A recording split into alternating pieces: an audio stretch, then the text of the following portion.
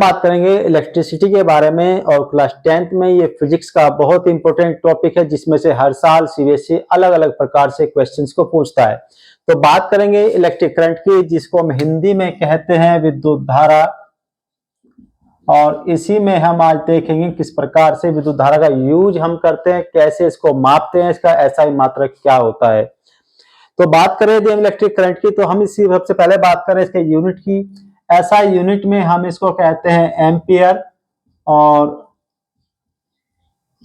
यदि हम बात करें कि इलेक्ट्रिक करंट होता क्या है, तो it is the rate of flow of electric charge. Electric charge जिसको हम इलेक्ट्रॉन्स के प्रवाह को ही हम विद्युत धारा कहते हैं, या हम इसको इलेक्ट्रिक करंट भी कह सकते हैं।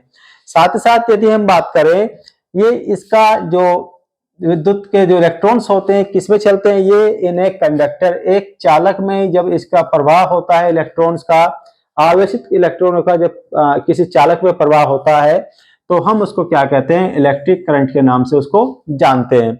यदि हम बात करें इसका एक्सपेरिमेंटली इसका यूज कहाँ किया जाता है, measured by an ammeter, ammeter के द्वारा हम इसको नापते हैं, इसको मापते हैं। साथ ही साथ यदि हम बात करें इसका मैथमेटिकली, इसका जो फॉर्मूला है, तो हम इसको कहते हैं I बराबर Q अपॉन T, जहां पर Q होता है आवेश और T होता है समय। अब बात करेंगे कहां पे, यदि हम कहां की बात करें तो इसका आएगा कूलम।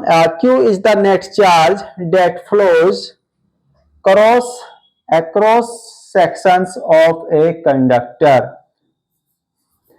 in a time। नियत समय में बहने वाले इलेक्ट्रिक चार्ज का जो प्रवाह होता है, जो फ्लो होता है, उसको हम क्या कहते हैं, इसको हम कूलम कहते हैं। साथ ही साथ मेजर्ड बाय एन एमीटर, इसको एमीटर के द्वारा नापते हैं।